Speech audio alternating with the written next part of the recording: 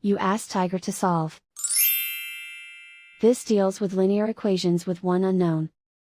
The final result is b equals -3. Let's solve it step by step. Group all constants on the right side of the equation. Add 1 to both sides. Simplify the arithmetic.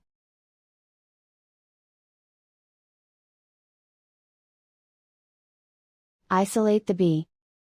Divide both sides by 4. Simplify the fraction. Find the greatest common factor of the numerator and denominator. Factor out and cancel the greatest common factor. And so the final result is b equals -3.